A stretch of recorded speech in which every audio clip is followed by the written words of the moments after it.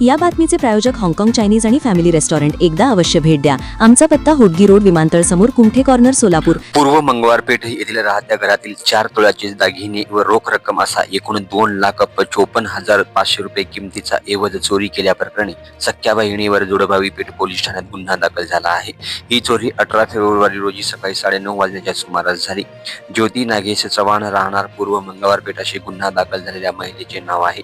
ज्योती हिने घरामध्ये आई मीनाक्षी यांच्या बेडरूम मधील लोखंडी कपाटमधील सोन्याचे दागिने व रोख रक्कम चोरी केली अशी फिर्याद भाऊ सचिन नागेश चव्हाण, राहणार पूर्व मंगळवार पेठ यांनी दिली आहे. तपास महिला पोलीस उपनिरीक्षक शेख ह्या करीत आहेत. या घटनेने परिसरात खळबळ उडाली आहे.